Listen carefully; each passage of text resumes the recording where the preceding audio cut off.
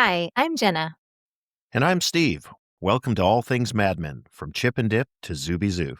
There's so much to love about this amazing show, and we're happy to connect to fans like us who discover new things with each rewatch. Be advised, while we aren't gratuitous with spoilers, they can pop up as we discuss character arcs through the final season. Let's get started with Mad Men C to Z. Welcome to Mad Men Season 4, Episode 2, Christmas Comes But Once a Year. This episode was written by Tracy McMillan and Matthew Weiner and directed by Michael Uppendahl. The episode opens showing Betty with Henry and the kids choosing a Christmas tree. I really notice how Henry is doing stuff with Betty, family stuff, like picking out the Christmas tree as a family. Later, we'll see that they've all been out together somewhere for the evening. And of course, Dawn opted out of so many family things. And in contrast, Henry seems happy to be there. It does feel like a real contrast between the life Betty lived with Dawn and always wondering where he was, and now where she's with a much more conventional man who wants a much more conventional life with her. And I also get the sense that this is more in alignment with Betty's expectations of what marriage would be like. And as they're choosing the Christmas tree, we haven't seen him for all of Season 3 of Mad Men. And I have to say, I didn't miss Glen, but here he is. He's working at the Christmas tree farm. I like the writing of Glenn and Sally's conversation here because it really feels realistic in the way kids talk to each other. And you can tell Glenn's trying to pump himself up and impress Sally. And Sally seems to, I think, appreciating the attention from Glenn. I just hate the smarmy way he says, "Oh, I saw your new dad. My mom said that would happen." Henry isn't her dad. And blatantly admitting his mom is gossiping and so all-knowing about their lives. It's so awful. Those two sentences are exactly, to your point, how an insensitive kid would reduce somebody else's life story. So it feels believable, but it also feels a lot like Pete with Peggy already to me. It's like he's claiming a position of power over her that he hasn't earned. It does seem like he wants to show off his superior knowledge or experience, I guess, with the breakup of the family and the reconstitution of a new family. So he's strutting his stuff here for her. I mean, I understand your objection to the content of what he's saying to her, but that's an adult objection, I think. In terms of kids, this idea that there's somebody who can pull the curtain back and tell you what's happening or what's going to happen next. I think it's realistic that Sally might have some curiosity as to what he's saying. As much as I dislike Glenn as a character, I do appreciate the writing in that you don't usually see kids on TV like this. Usually they're adorable innocents or they're wise, cracking brats or maybe hardworking prodigies or supernaturally powerful or something. And Glenn isn't evil or, unusually giving along Sally's journey. And we know this is a kid who's had some issues. He ran away from home. And he's a kid. Kids do show off around younger kids. So there is such a realism to his behavior. And even though there is some truth in what he says, he's so unpleasant. I just don't want to cheer for him or for him to be Sally's friend. I agree with you. She does seem to be intrigued. I don't know anybody who loves Mad Men and goes, you know who my favorite character is? The Glen storylines are so compelling. I mean, nobody raises a hand and says, I want more Glen in my Mad Men. Agreed. And full disclosure, I'm not a fan of the Glenn character either.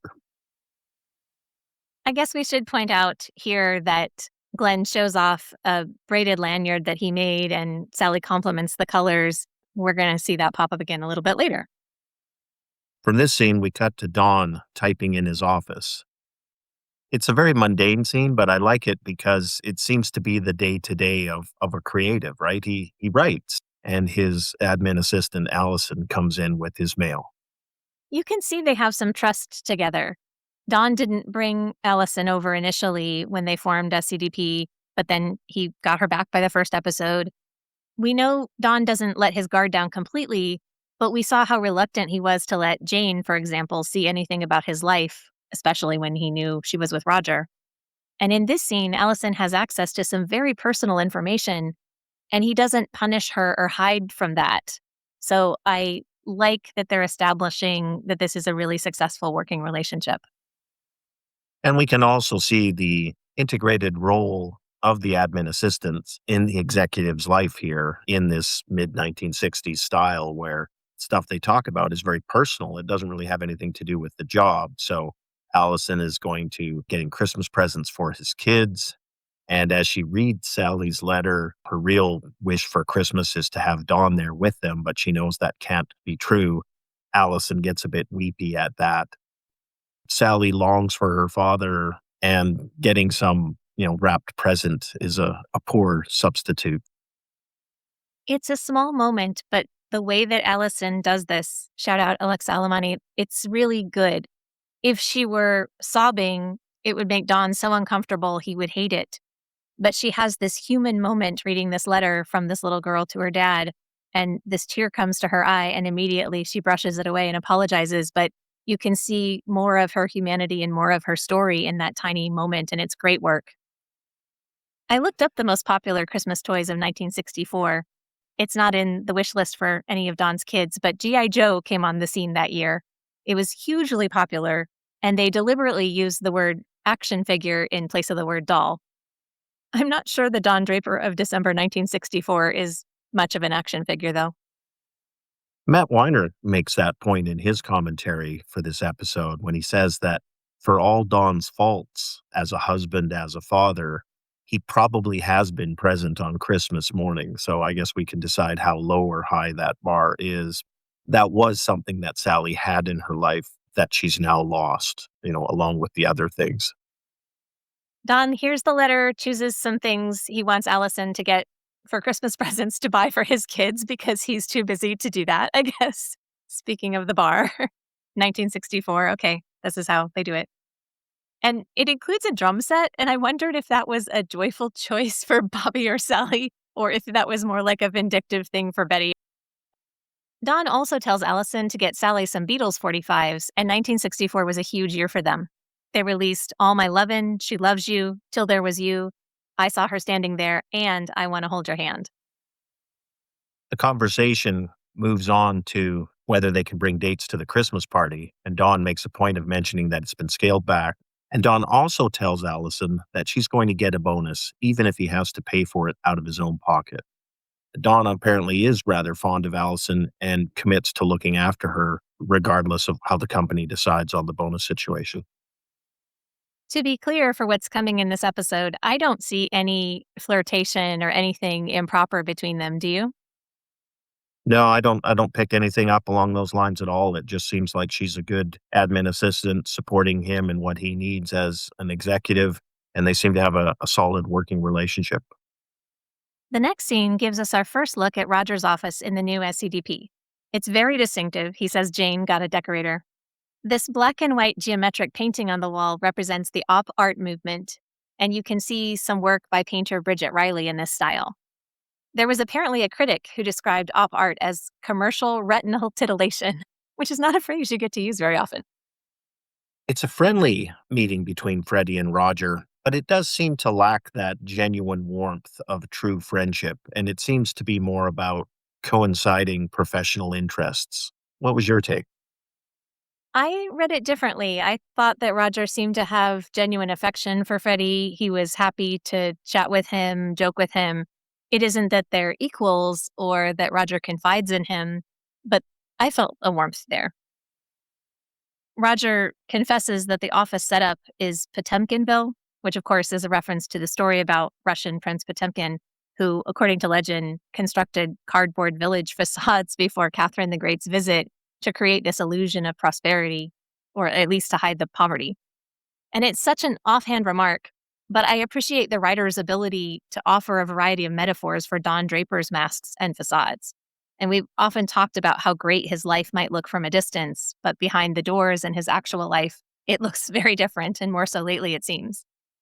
And for Roger to confess that to Freddie, that it looks good, but behind the scenes, it's tricky, and Freddie's just come in, that seemed a little bit like something you would only tell a colleague you trusted. Yeah, I don't know about that. I wonder if that's just a tip of the hat of Roger to Freddie, that Freddie's intelligent and is going to figure that out for himself in short order. All their conversation is around sort of what each can do for the other.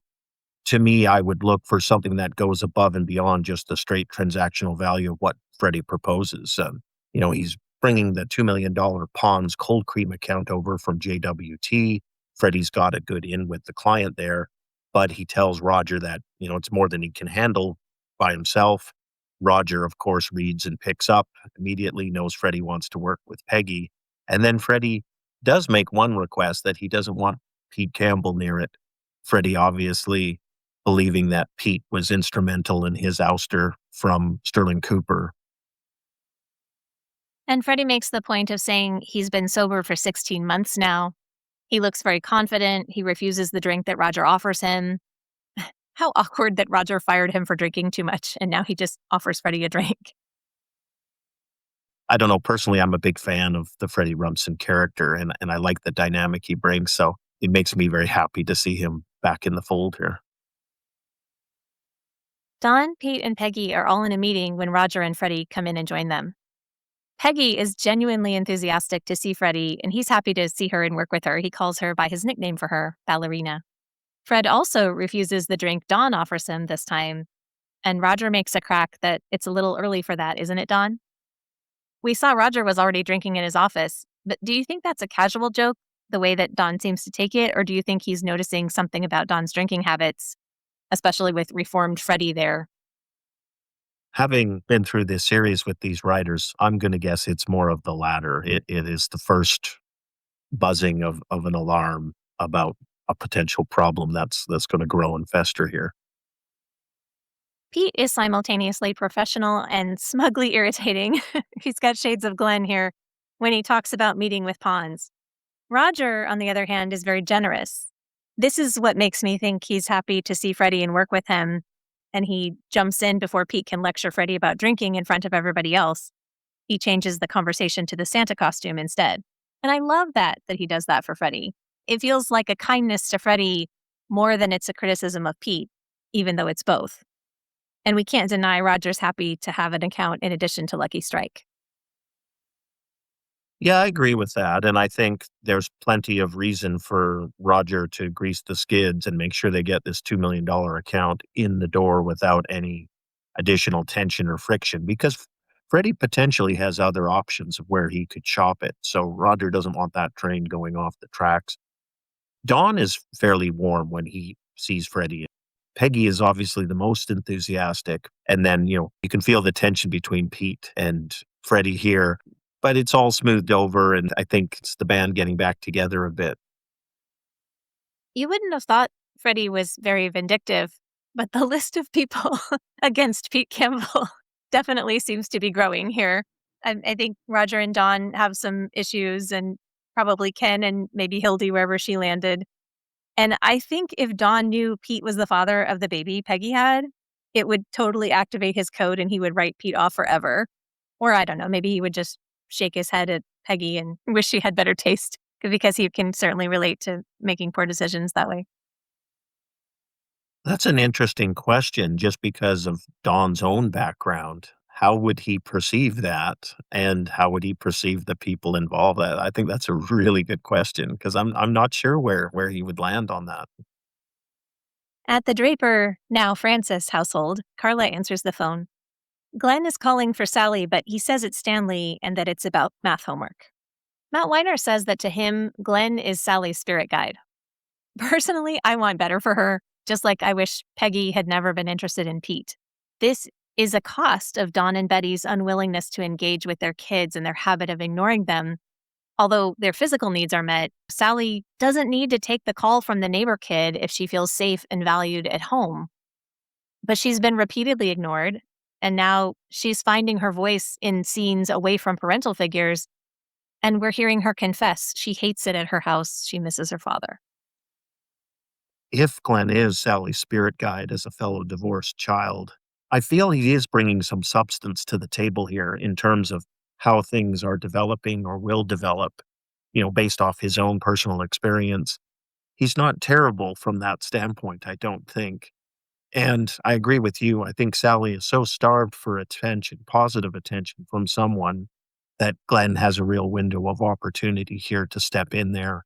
As Sally hangs up and Carla asks who Stanley is, her answer back is just a boy. And she's sort of got a a satisfied look on her face of, I've gotten some attention. This is my little secret. And this is a budding relationship that's all my own. Yes, I'll give the writers credit for crafting a believable, if unlikable, voice in these lines that he has to Sally. I mean, I know there's a neighbor kid who doesn't have good social boundaries and manners. I totally believe it. I feel sorry that's who Sally chooses to confide in, though. And I think it would have been more interesting to see Sally navigating female friendships at this age more than the Glen screen time. I think this is an aspect of the show that doesn't serve the overall story as well. I think Glenn could lift out, and much more interesting options could open up for Betty and for Sally. But I think you only notice it because the rest of the show is so well crafted that this sticks out. Our next scene is in the boardroom at Sterling Cooper Draper Price, and it's a presentation by Dr. Atherton from the Motivational Research Group. Dr. Atherton is played by John Aylward, whose screen career goes back to 1976. He might be best known as Dr. Donald Onspa on ER. With him is Dr. Faye Miller, played by Cara Buono, who has a long screen career, including Kelly Moltisanto in the later seasons of The Sopranos and Karen Wheeler in Stranger Things. Dr. Atherton and Faye are bringing the science of consumer evaluation to Sterling Cooper Draper Price. And they cite one particular example that Faye was behind the Carefree Gal in white pants to allow the sale of feminine products. We can also see that Bert is extremely enthusiastic about having this group in there to try and take their ad agency to the next level. Don Draper seems a little skeptical. I think there are so many interesting things to note about the character of Faye Miller right from the beginning. When Dr. Atherton compliments Faye's research and her work, she makes a self-deprecating comment. She compares it to the polio vaccine development, which became available in 1955. And you can see her doing things to appear to diminish herself or not to appear to take herself too seriously in front of groups in future episodes too. This strategy, this behavior is less common in women now, but I grew up with it, and it's this apologizing for taking up space mindset. And I love that it's depicted here. And usually characters are only shown with the most extreme examples of this behavior, or else the characters are, 100% confident all the time, or they have 2 seconds of doubt. But here's Faye. She's confident, she's educated, and at the same time, she doubts herself sometimes. And that's real and interesting. Well, I also think it makes sense as an approach because you're going into these ad agencies that are full of men who have plenty large egos of their own. So I think the cap in hand, humble pie strategy is a good one to play here because you need to hook them and get them interested so they open their minds up to really consider it. I agree with all those other reasons you mentioned that she may be pitching things this way and this questionnaire that she's given out. And this will further draw them into this methodology. And then hopefully they can use the results of the questionnaire to demonstrate the utility of the work they're doing. And spoiler inbound, so pause right now if you want to avoid it. I have a lot of patience for somebody like Faye. I appreciate that she tries, she's got ambition and honesty. I think she's a really interesting love interest. She isn't a heartless career woman. She's not a beautiful fool. She's just infinitely more interesting and well defined in this single episode, even than Suzanne Farrell's character. I do like that Don is true to his code and his beliefs here. Like that seems true to me for the character. He's not looking to jump on the latest fad. It harkens back, I believe it was to the first season where they have the research which no one wants to believe or even look at. And here we have Don Draper still with that same mentality. He's not impressed by their prior success. We're not surprised when he finds an excuse to exit himself from the conference room so he can avoid taking the questionnaire. When he leaves, both Bert and Lane start giggling. I noticed that too. Like they know him so well, that's predictable. But since they're paying Faye's organization for this research, I would think they would insist he stay. I agree with you, but I think if that was their intention, they would have prepped him in advance. I also wanted to make the point that obviously Don Draper doesn't want to answer questions about himself and share with the group. So we get why he is reluctant to engage with this quiz she's giving. But it's so incredibly rude. He could have just sat there and doodled without giving away his personal information. I think a big part of why he leaves is that as much as he doesn't like to draw attention to himself in some ways, in other ways, he can't stand it if he's not the main voice in the room. And some woman telling him how to do his job, there's not enough self deprecation she can apply to take the sting out of that for him. I like to think that he's more egalitarian, but I think the fact that she's a woman is a factor. I didn't see him as openly rude. I mean, he makes up the excuse that he has an appointment and he's polite as he gets up, but I mean, he has not engaged on the survey. And I think, to your earlier comments about Faye, her radar is up. We can see from the look on her face, she's not buying the he has an appointment excuse. When Don gets out of Faye's meeting, he just goes into his office and hides with a drink. He doesn't have anywhere to go. It doesn't even seem like there's a particular campaign he's working on right now. Yeah. And then again, towards the rudeness, he wants to know when the curtains get pulled so that he can sneak out of the office. So he's ready to bail, actually, even though, we're in the middle of the work days. Back at Don's apartment the next morning, he's awakened to the sound of hammering as the nurse across the hall starts hanging lights. It's 8 in the morning. Phoebe is played by Nora Zehetner, who starred in an indie film called Brick with Joseph Gordon-Levitt, as well as Everwood, Grey's Anatomy, and Grosse Pointe Garden Society. It's pretty clear that Phoebe is too young for Dawn. So although it feels like Phoebe is flirting with him as he comes out all groggy to figure out what the noise is, there's no reciprocation here. And he's starting to move into another stage of his life. Hooking up with someone who lives in the same apartment with him who's much younger isn't something that he's especially interested in. At the office, Freddy and Peggy are talking about ponds in the creative lounge. Freddy wants to use Tallulah Bankhead in the Ponds commercials. She was born in 1902, so she would have been 62 in 1964.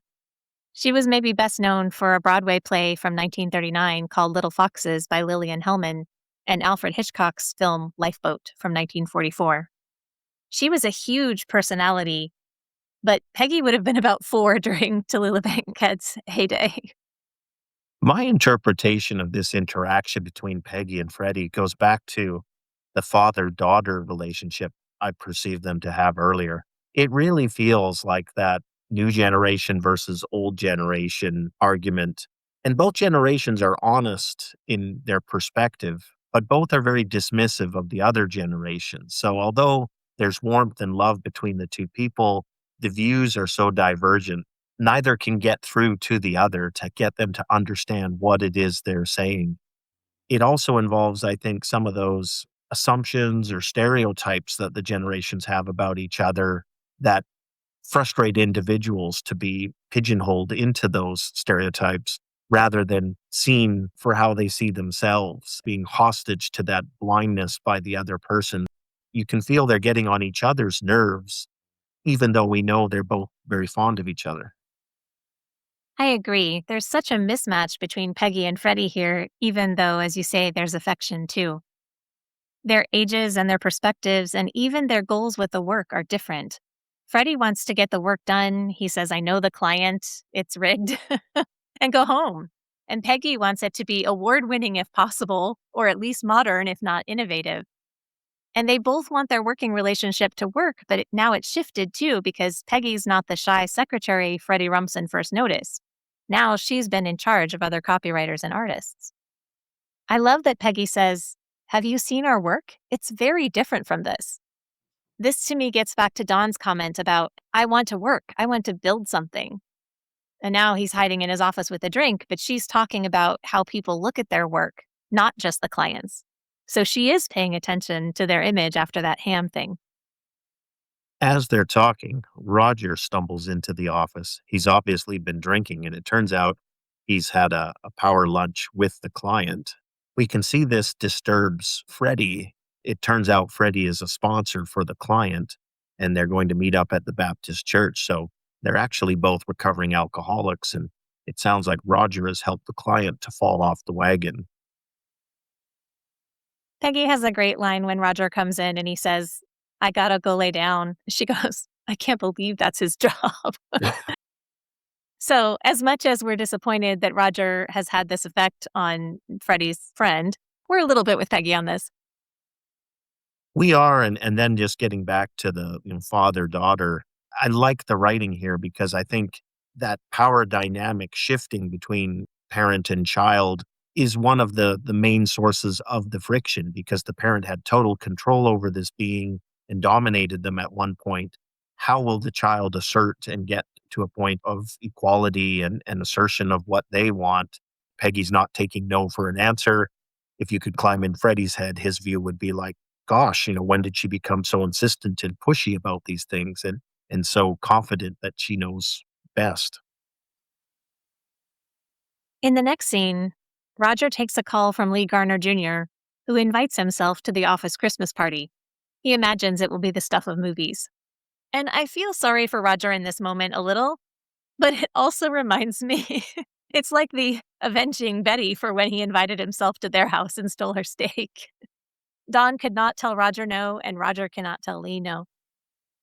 And it really fits with the bigger theme we see in Mad Men of clients who want things or insist on things that just complicate your life. So this seems to be like a classic example where we've got a client who represents more than two-thirds of their business, and suddenly he wants a real Madison Avenue Christmas party. And I mean, I love Roger's line afterwards, trying to fix their party now and upgrade it, and it needs to go from convalescence home to a Roman orgy.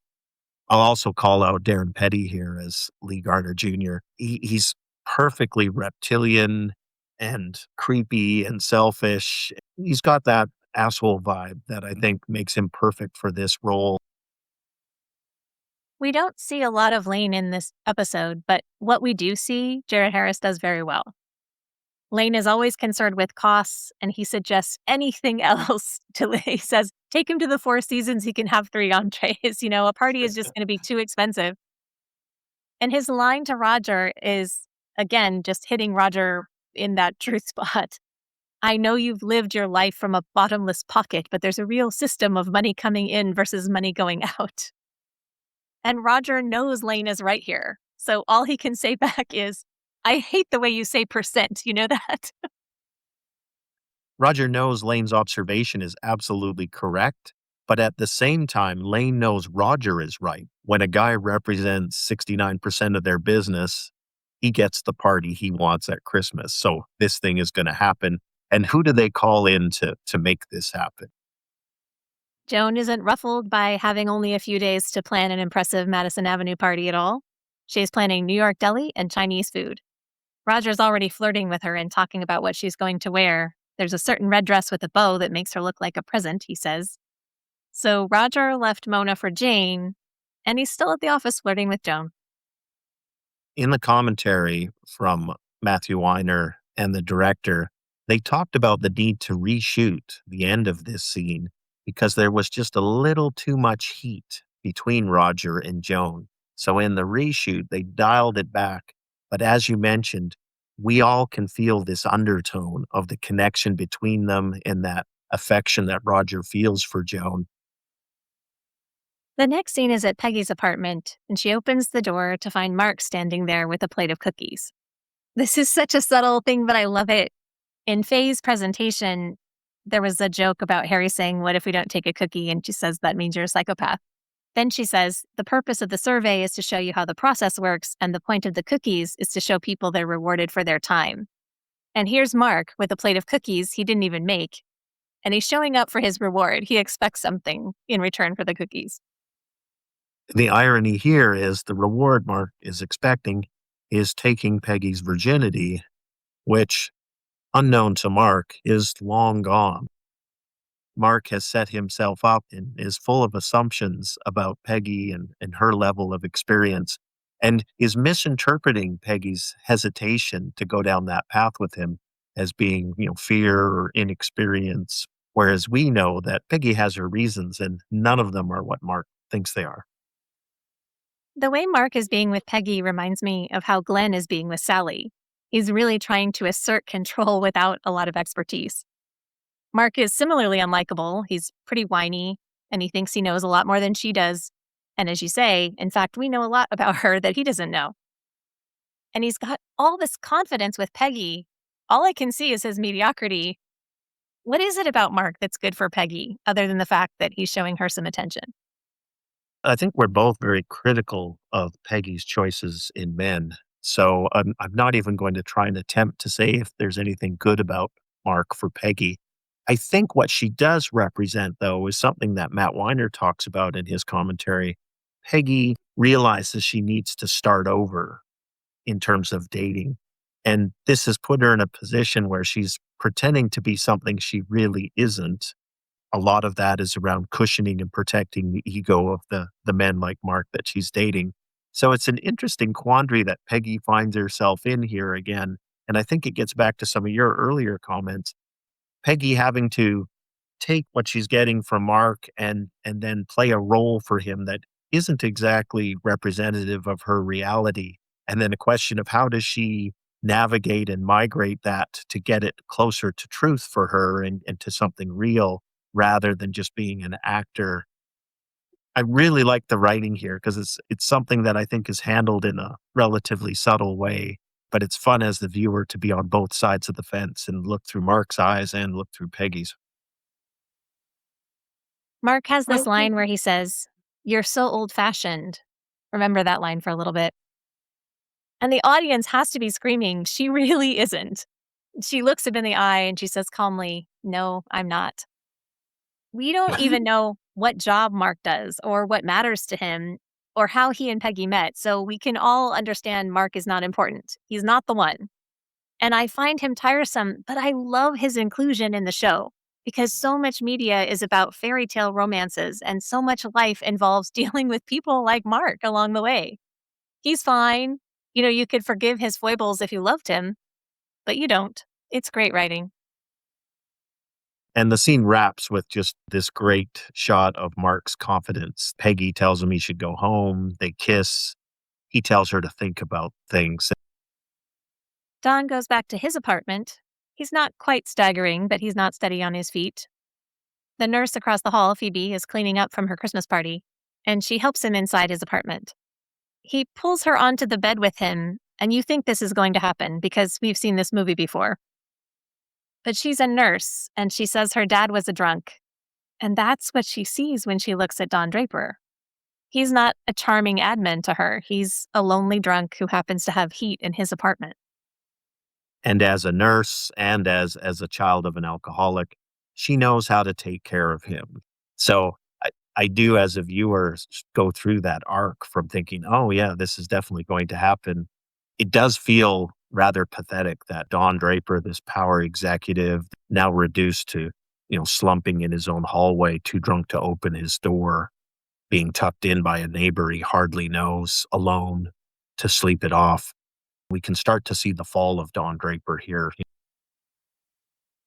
The next day at the office is the first appearance of Megan Calvé, hanging snowflakes and getting party directions from Joan.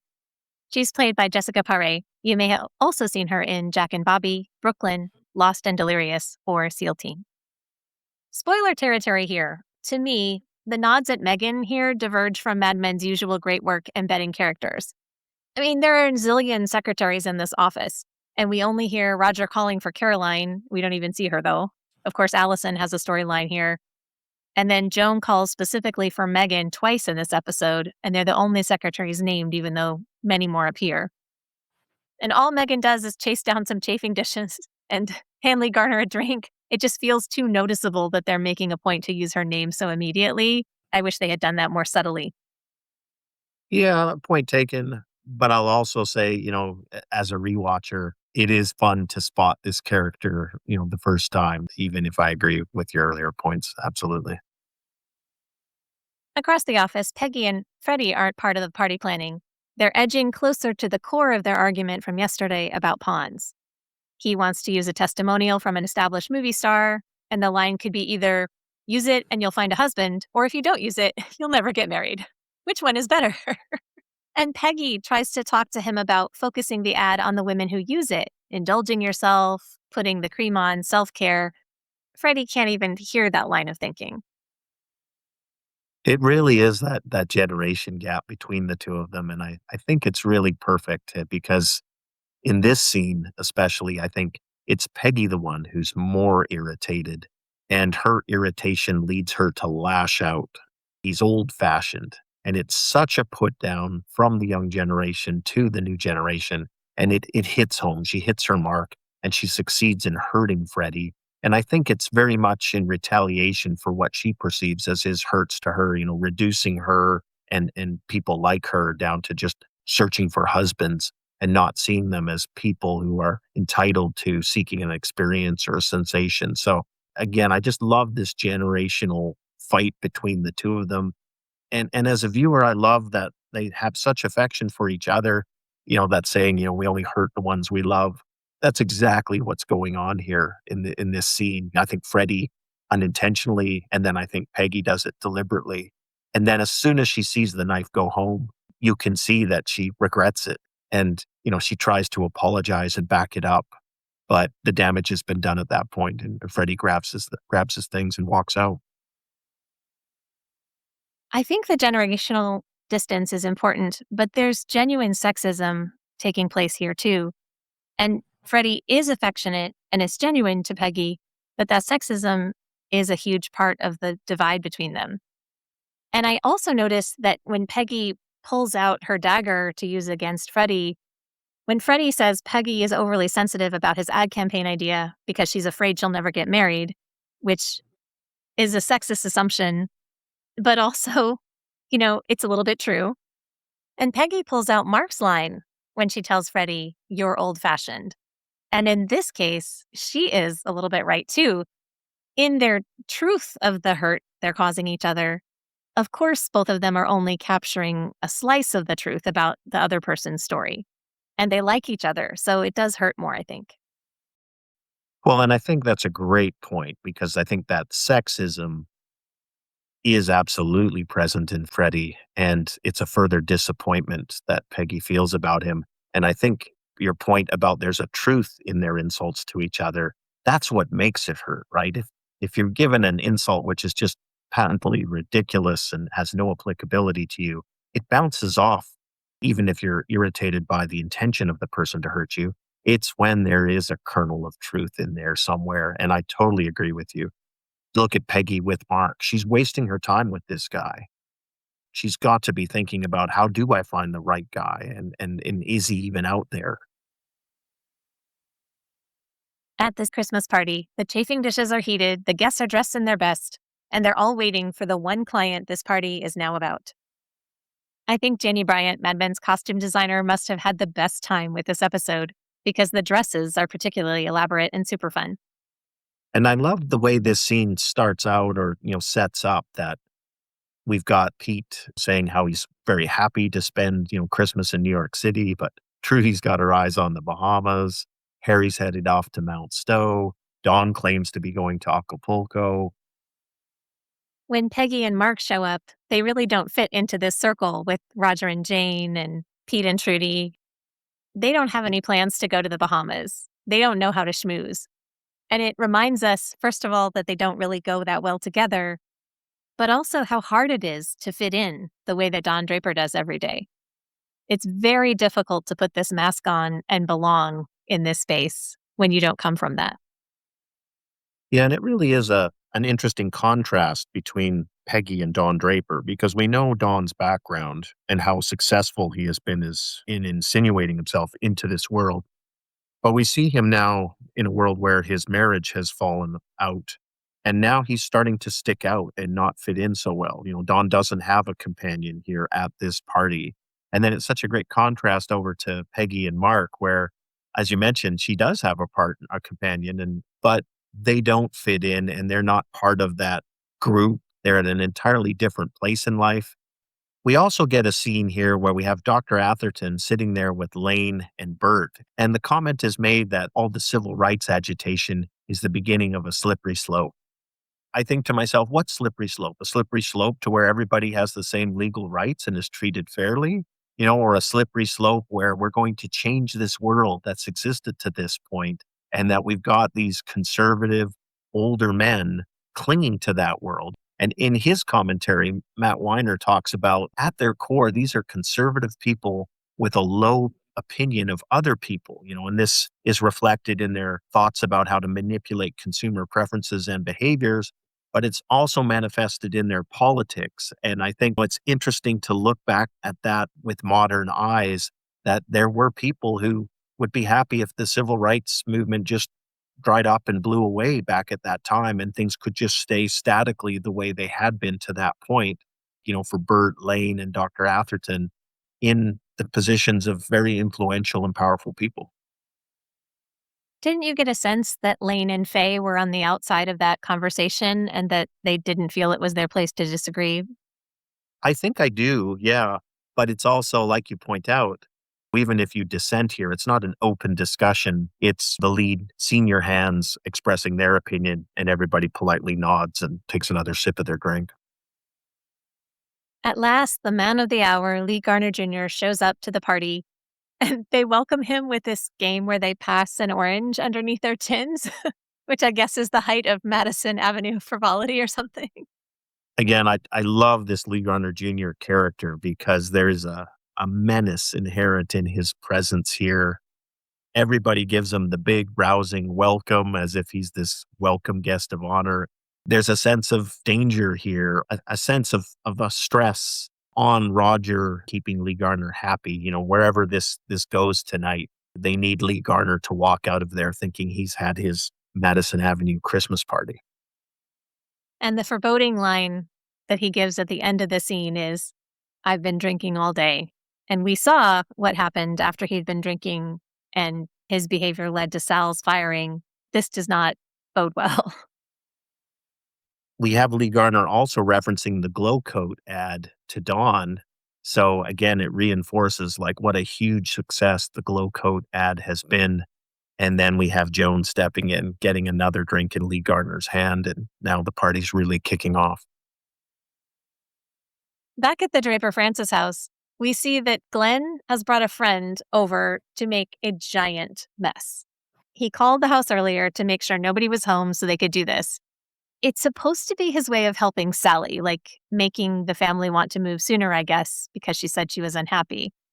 And I can't speak for Sally, but if somebody wants to make a heroic gesture for me, I would rather they not destroy my kitchen. I like the writing because it is so nonsensical, and it does seem to be that sort of adolescent logic of, oh, we'll smash eggs in the kitchen. And as an adult, you just left sort of shaking your heads here.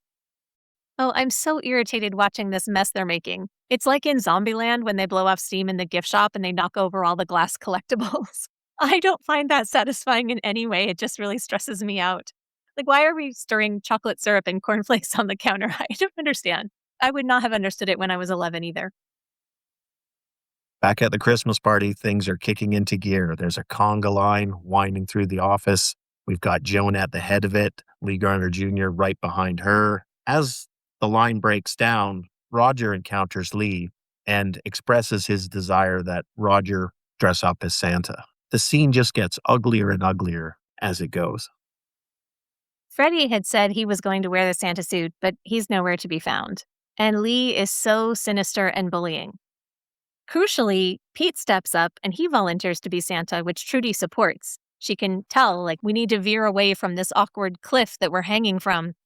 But Lee is not going to release any rope there. Roger was very quick to fire Sal when Lee said so. And now here he is. He has to dance to Lee's bully music himself. I think Don Draper walks away instead of putting on a Santa suit. Don't you? Oh, that's a good question. He's 69% of their revenues. I don't know. Why do you think Lee wants Roger to be Santa so badly? Because, I mean, he's got outs at every point here, but he is so insistent on it. He's a giant, power-hungry bully, and he's just going to watch him dance because that amuses him. Yeah, I think that's it. And I think Roger's objection is trying to get out from under that reality. And it's such an awkward, painful scene where we have, the true socialites like Pete and Trudy. They've got nowhere to go in that moment when Lee insists. They're just kind of silent and frozen because what can you do at this point? All manners and social graces have been pushed aside, and it's the raw power of Lee Garner Jr. forcing Roger into that suit. And back to the opening of the scene, shout out to Christina Hendricks, who is leading that conga line. And it looks like she was born to do this. She makes it look like a great time. You can tell she's being the best hostess. She makes sure Lee has a fresh drink, that he's having fun, that there are things to do. So they have been caring for him so assiduously throughout this whole party, but that's not enough for him, right? Like, that's not the good time. The good time is being able to make somebody else feel small. Meanwhile, back at the Draper Francis residence, the family comes in the door, and Henry can immediately see that something's gone on here in the kitchen with the mess. As they get their bearings, Betty suggests they call the police, but Henry's already realizing it's kids playing a prank. In the commentary, Matt Weiner says this happened to his family, and his dad, like Henry, said it was probably kids. And as a child, he wondered how his dad could have figured that out. And now, and looking at the crime scene, he laughs in reflection about it. In the commentary, he also says he told Janie Bryant to dress the family like they were coming back from the Nutcracker, even though nobody says that's where they went. And you can completely tell. And again, this is another family outing, something that Don would have been very reluctant to go attend.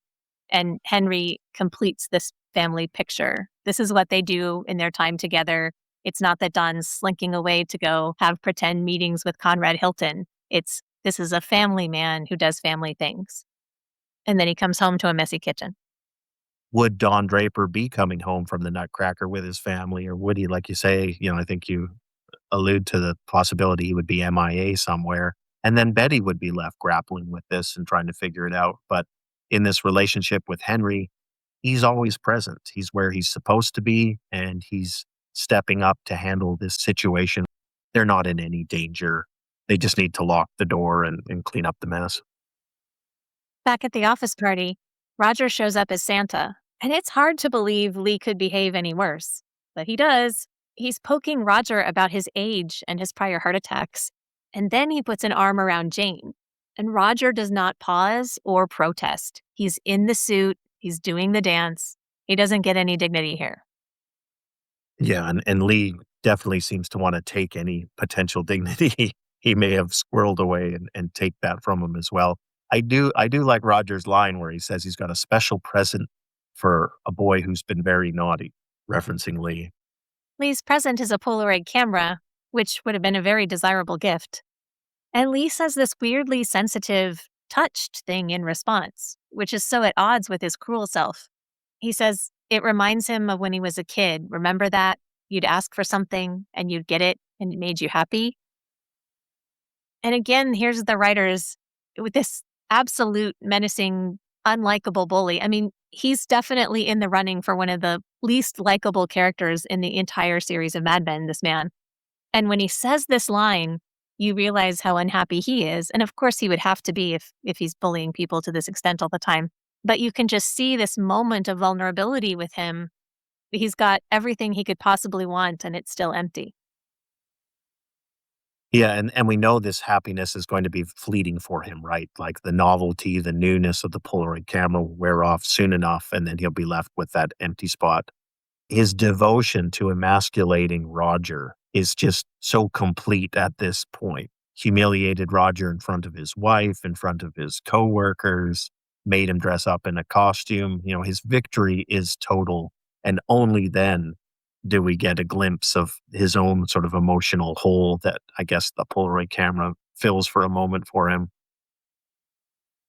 Back at the Draper Francis house, they're inspecting the rooms, which all have some damage. Bobby's got eggs in his bed. But Sally's room is undisturbed. She finds a corded lanyard, like the one Glen showed them at the tree farm. And a very satisfied smile on her face as she quietly picks it up and holds it and connects the dots to realize that this is Glen has been in here and done this, and that's why her room is pristine and safe. And probably why there was a few extra eggs thrown on Bobby's bed, just for good measure. The SCDP party is winding down, and Faye goes into Don's office.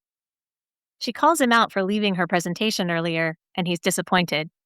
His line is, "I thought you came in to flirt, but you came in to fight." Like Phoebe before her, Faye knows something about Don. Phoebe knows he drinks a lot and he grunts when he puts his keys in the door. And Faye studied Don's ads before she arrived at SCDP. and he knows nothing about either of these women. I appreciated Faye's honesty and her directness in this scene, too. She lets him know she noticed that he left and she didn't like it. And it's kind of vulnerable when she says, "Your work is very interesting, and I guess I was hoping you thought mine was." She really advocates well for herself here, I think, too. She's not whiny, she's not excessively aggressive, but she's standing up for herself and her work. And also in the face of Dawn, who I think comes across pretty poorly at first. "Oh, I thought you came in to flirt, but you want to fight." He's dismissive. "I don't think you can learn a lot about people from their childhood in terms of how to sell products." He's so dismissive and really not engaging in a serious way with her and treating her as an equal. And she's staying very professional and focused, and I think making a really strong case for what she's advocating for. Faye is a problem for Don Draper. Like Rachel, she's honest and direct, and she's reasonable and intelligent. But of course, a corporate psychologist would definitely be threatening to a man who's all about keeping his past from creeping to the forefront. Faye gets what might be the defining line in the series when she describes this basic universal conflict. It all comes down to what I want versus what is expected of me. And in our truth call out for this episode, Don acknowledges that's true. And then he invites her to dinner, which she is smart enough to decline. I do get the sense in the latter part of this scene that Dawn is now starting to be intrigued by her because she's just been firing truth bombs and just making a fantastic case. She hasn't risen to any of his bait or fallen for any of his diversions. I think although he doesn't really give any sort of indication that he's starting to be intrigued, I suspect that the seed is planted right here. And then she throws out a line that's pretty rude, even if, spoiler, it's prophetic. She says, "I know the holidays are hard in your situation, but don't worry, you'll be married again in a year." And you can see Don is shocked by this. That's not where he sees himself. He is a man who is sad, lost, and alone. He's never felt like he had a real family growing up. And now Henry is living in his house, going to see the Nutcracker with his former family. He can't even picture a new family for himself.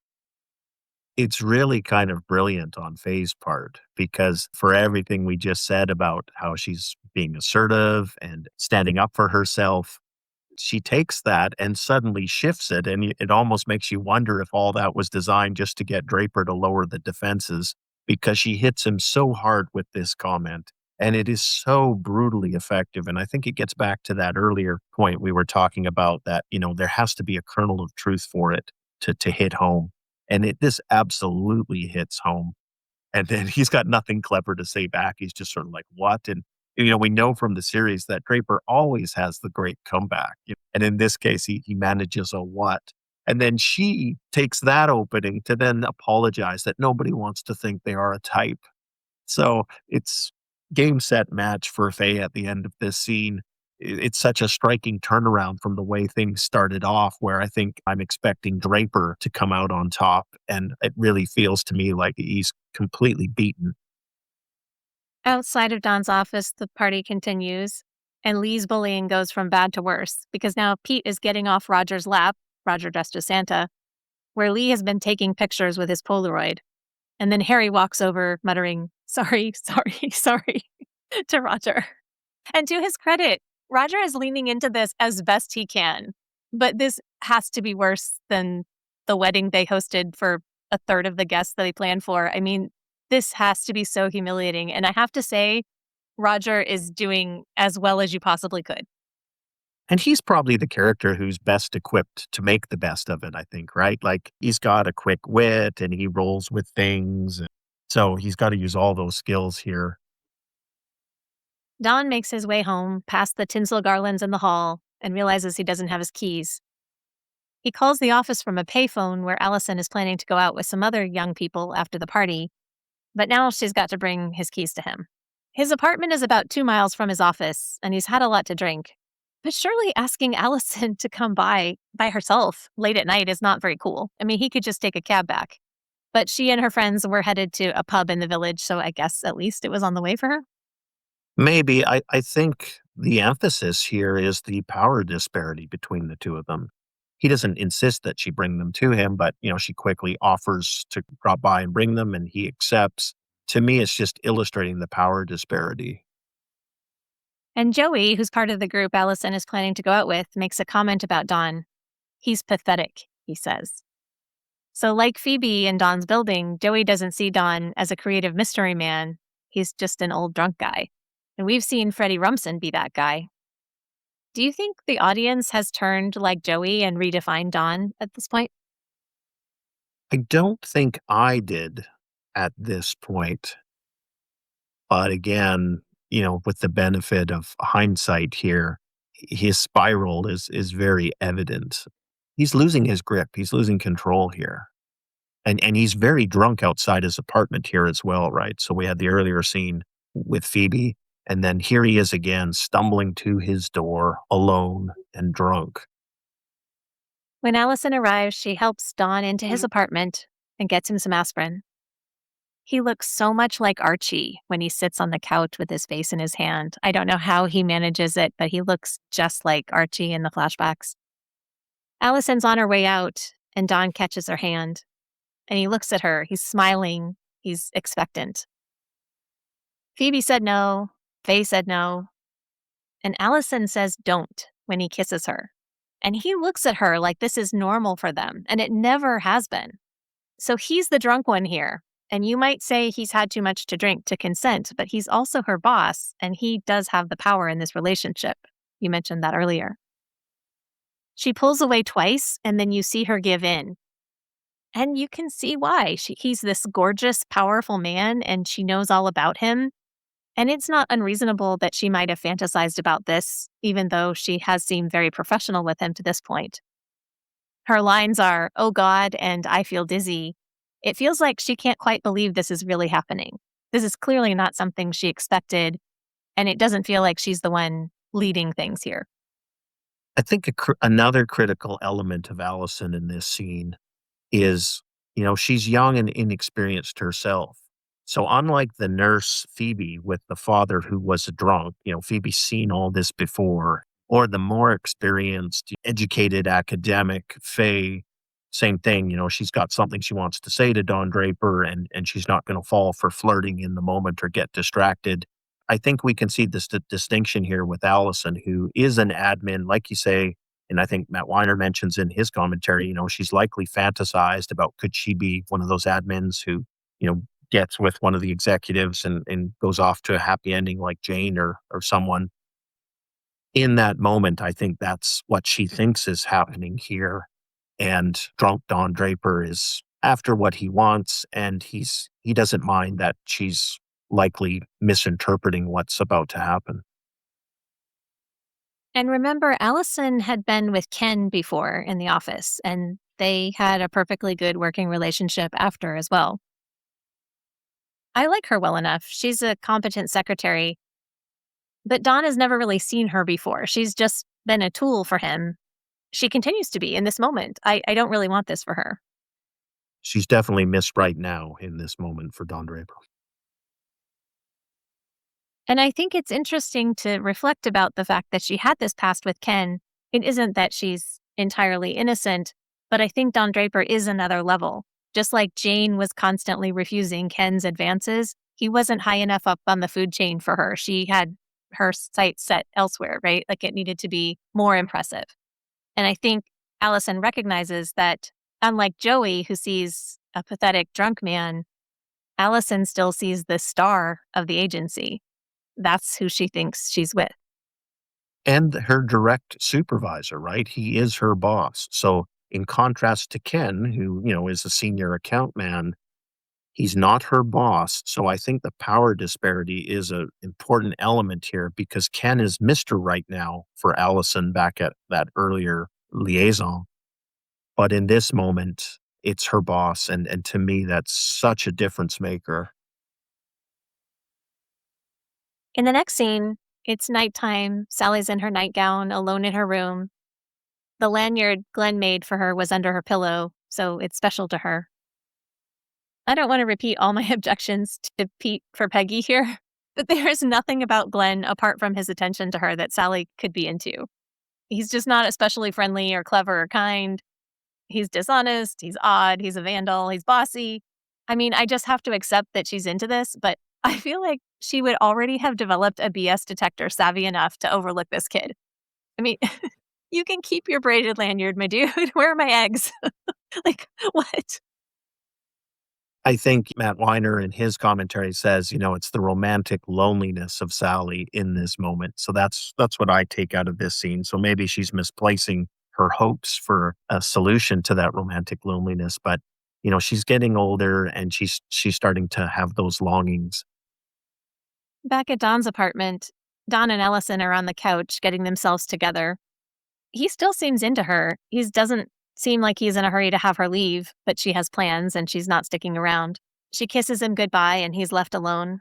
He doesn't seem especially guilty or happy. It doesn't even register really as a big deal to him that this happened.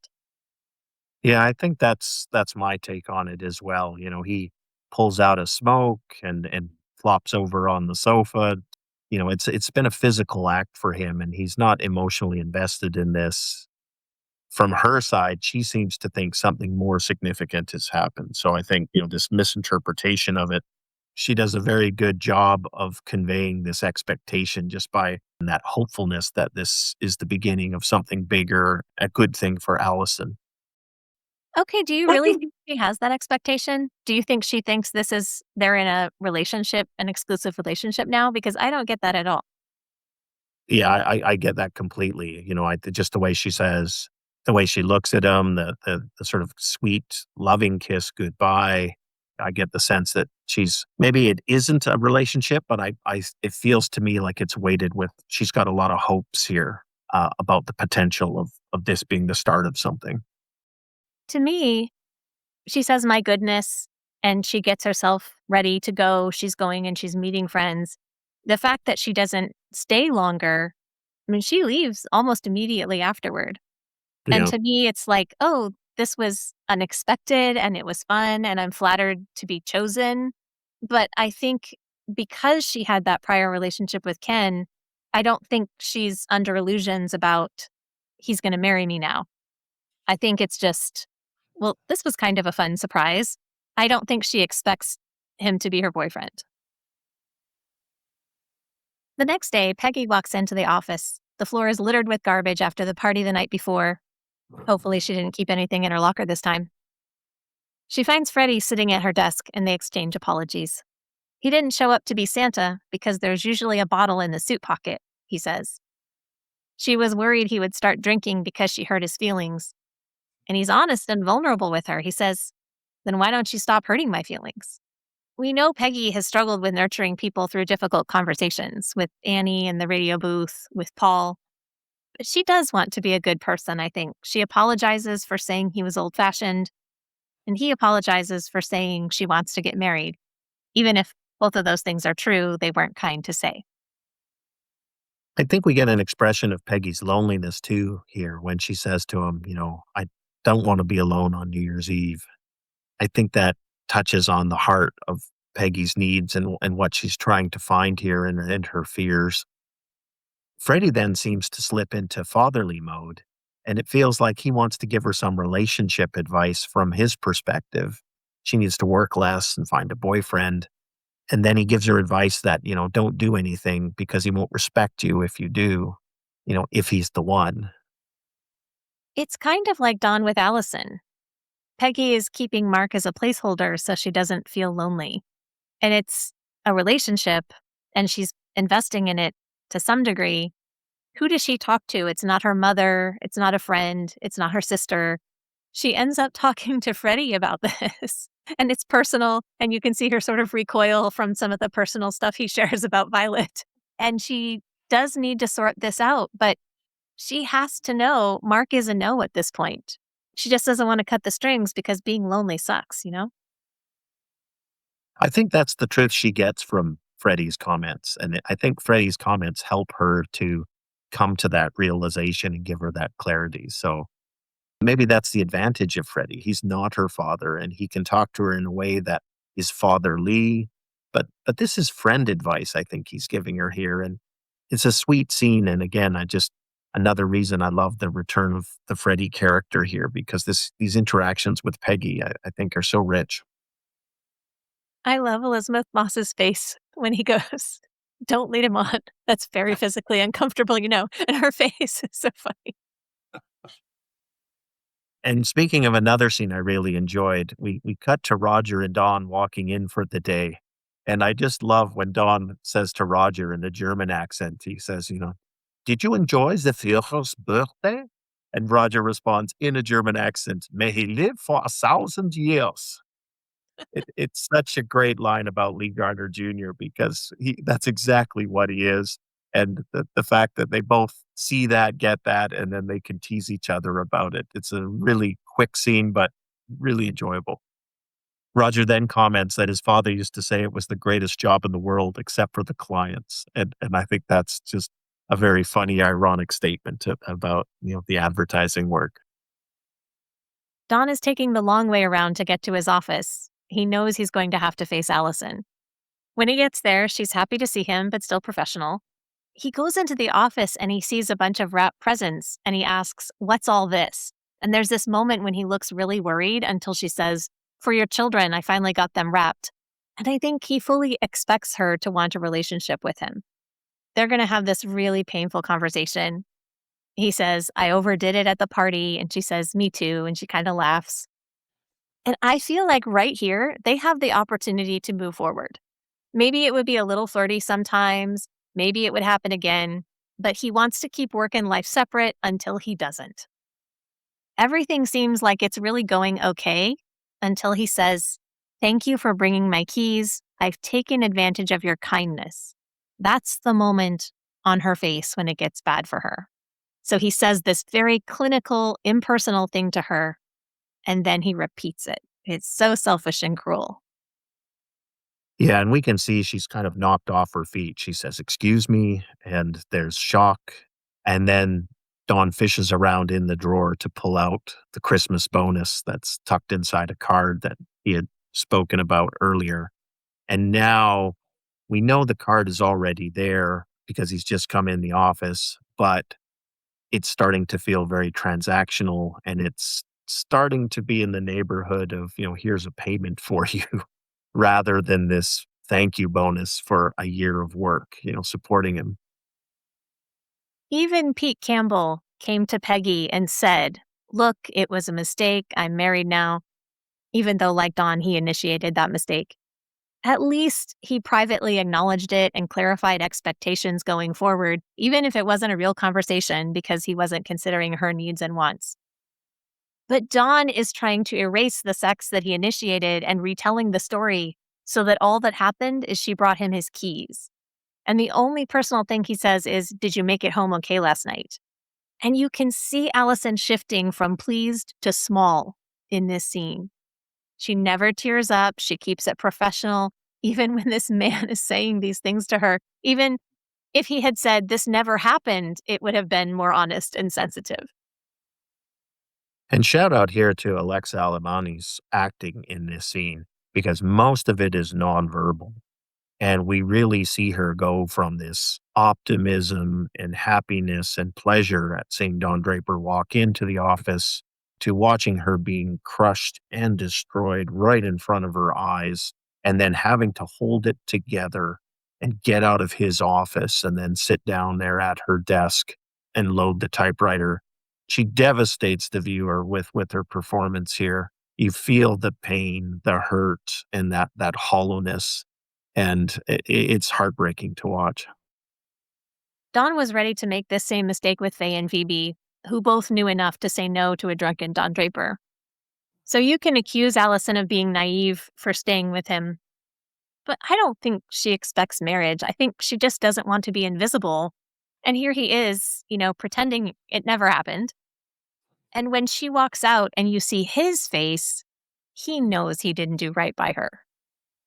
Regardless of what she expects, she didn't expect to be simply used. And that's what's happened. And I think that's the shame of Draper. And I think that's what's so crushing to Allison. No matter what your expectation is, nobody wants to be simply used in the moment. And that's exactly what's happened for her. And it's heartbreaking to see that look on her face at the end as she looks out the window of the office and into sort of the nothingness of the city. This bonus of $100 and the card would be worth over $1,000 today. So it would be a kind gesture, except in this particular context after the previous night. And I think the impersonal note as well, it amplifies the fact that there's nothing special about her to Dawn. In the next scene, Peggy and Mark are in bed together.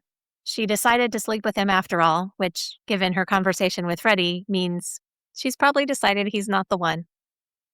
Mark is still feeling good, asking how she feels, being her little tour guide, completely clueless. Do you think she has guilt about having sex with him because she knows she doesn't want to be with him? Or do you think she's just disappointed by him? Because he looks very self-satisfied and she does not look thrilled. I'm getting a vibe that maybe sex with Mark was not so magical or great. She may be disappointed with Mark's performance, and given that, she's been with several men and perhaps more experienced men, that seems more likely to me. She looks very lonely even while she's with him, which is an interesting nod to Dawn's loneliness. I think we can often connect Peggy's arc to Dawn's in some ways. And I appreciate that the writers show us how you can feel lonely while you're with somebody who's wrong for you. The last scene of the episode wraps with Don alone, drinking in his office. He turns out the light, walks out of the office holding an armful of presents, nicely, beautifully wrapped for his kids. And he's all alone, as I Saw Mommy Kissing Santa Claus plays into the end credits. Our listener shout out today goes to Frank C. Thank you so much for your kind comments about our podcast on social media, and thank you so much for listening. If you're enjoying our podcast, please share it with a friend or two. We appreciate all your support. That's it for this episode of All Things Mad Men, from Chip and Dip to Zooby Zoo. Visit our website, madmenctozee.com, to vote for your favorite sterling lines and to share your opinions on our double dip questions for each episode. You can find us on Instagram and YouTube at madmenctozee, and please listen, like, and subscribe. That's what the podcast's for. Thanks for listening, everybody.